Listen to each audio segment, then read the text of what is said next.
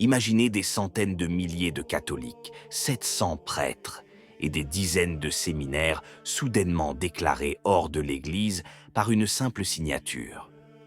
C'est la question qui agite actuellement le monde traditionnaliste, car une telle fuite, si elle était confirmée, serait sans précédent dans l'histoire récente de l'Église. Dans cette vidéo, je vais vous expliquer ce qui se dit, ce qui est vrai et ce qui n'est encore qu'une rumeur. À la fin, vous comprendrez les véritables enjeux qui dépassent largement le cadre de ces 4 consécrations. Voici ce que nous savons avec certitude. Le 1er juillet, à Écône, la Fraternité Saint-Pie X consacrera 4 nouveaux évêques sans mandat du pape. Les noms sont bien connus. Le père Pascal Schreiber, le père Michael Goldad, le père Michel Poincinet de Civry et le père Marc Anapier. Ils seront consacrés par les évêques de Galareta et Fellé. Ce sont 2 figures historiques de la compagnie. De Galareta est l'un des 4 évêques consacrés par Lefebvre lui-même en 1988. Fellé fut leur supérieur général pendant 12 ans. Ce ne sont pas 2 noms choisis au hasard, ce sont les garants de la continuité avec Lefebvre.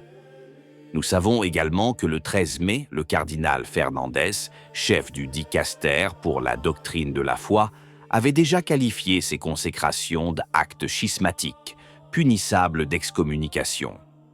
Pour l'instant, les faits sont établis, mais la suite change tout.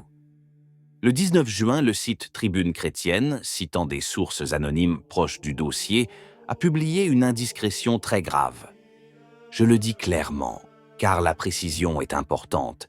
Il s'agit d'une rumeur et non d'un document officiel, mais elle provient d'observateurs qui prétendent connaître le dossier en cours d'élaboration au Vatican. Et, compte tenu de cette indiscrétion, la mesure pourrait aller bien plus loin que beaucoup ne l'imaginent. Elle ne se limiterait pas aux évêques ou aux supérieurs de la compagnie. Selon le rapport, les conséquences pourraient toucher l'ensemble de la structure, les quelques 700 prêtres, les séminaires, les apostolats et les fidèles qui fréquentent régulièrement les chapelles de la fraternité à travers le monde. Autrement dit, non pas une excommunication ciblée, mais une excommunication massive, une rupture totale. Il convient de s'attarder sur ce que cela signifierait concrètement. Cela reviendrait à déclarer schismatique, d'un seul coup, des centaines de milliers de catholiques qui vont à la messe tous les dimanches, se confessent et font baptiser leurs enfants, convaincus d'être pleinement catholiques. Cela reviendrait à transformer une situation irrégulière, certes, mais néanmoins interne, en une séparation formelle et déclarée. Le point de non-retour. Et c'est là un paradoxe douloureux. Les sacrements de la fraternité sont valides. Une messe est une vraie messe, une confession est une vraie confession. Pourtant, ces fidèles seraient déclarés exclus de la pleine communion. Valides, mais exclus. Imaginez une famille qui fréquente la chapelle d'une fraternité depuis 30 ans. Parents, enfants, petits-enfants. Du jour au lendemain, on leur annoncerait « Vous êtes exclus ». C'est de cette dimension humaine dont il est question. Et voici la comparaison qui éclaircit tout, car quelque chose de similaire s'est déjà produit, mais d'une manière très différente.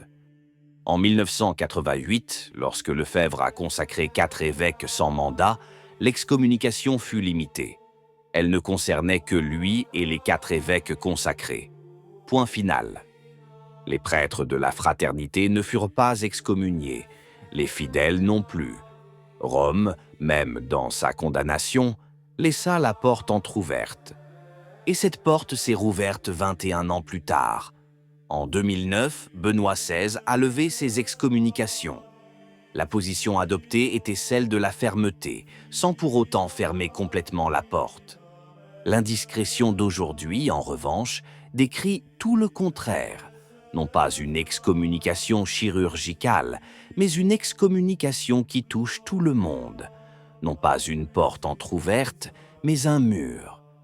Il y a un deuxième niveau à considérer. Pourquoi Rome adopterait-elle aujourd'hui une ligne plus dure qu'en 1988? Le fondement juridique existe déjà.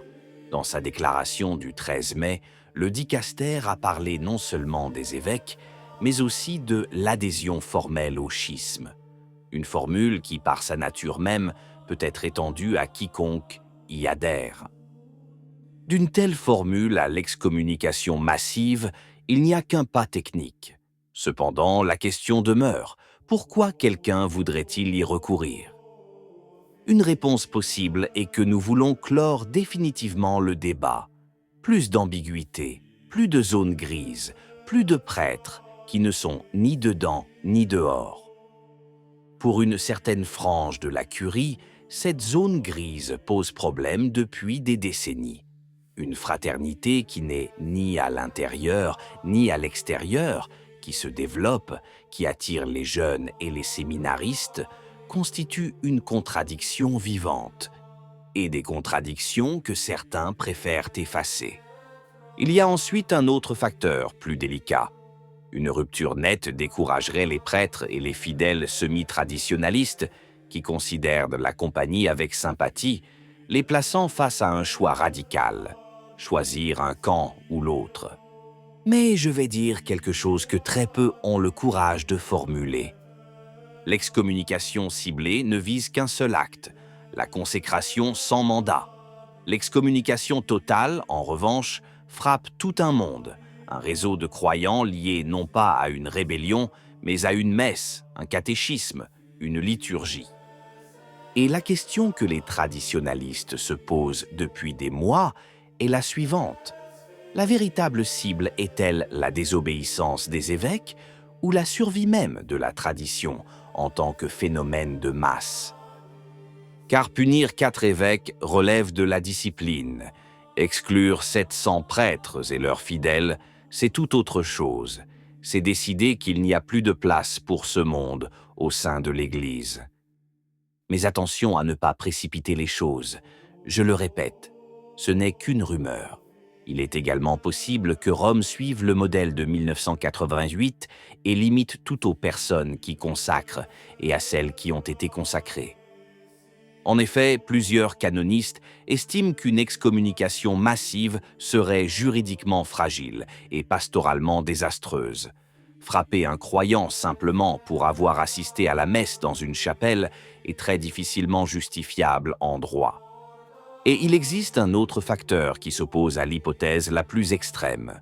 Tout ce pontificat repose sur le langage de la communion, de la synodalité et de l'écoute. Une excommunication massive serait en contradiction flagrante avec ces principes. Il ne s'agit pas du sort d'une organisation, c'est une question qui concerne toute l'Église. Devons-nous répondre à une fracture en l'aggravant ou en essayant de la guérir? La tradition en la matière n'oublie rien. Elle nous rappelle que l'Église, dans ses meilleurs moments, a toujours préféré la guérison à l'excommunication. L'excommunication est un remède, non une arme. Elle sert à ramener, non à repousser. Par conséquent, les fidèles, face à cette indiscrétion, ne doivent ni paniquer ni se mettre en colère. Ils doivent prier pour que les autorités choisissent la voie la plus difficile, celle de la patience, et non celle de la rupture. Car fermer une porte est rapide et facile. La garder ouverte, même à ceux qui font des erreurs, est le travail lent et patient des vrais bergers. Qu'en pensez-vous? Si la vidéo vous a plu, laissez un commentaire. Amen. Que Dieu vous bénisse.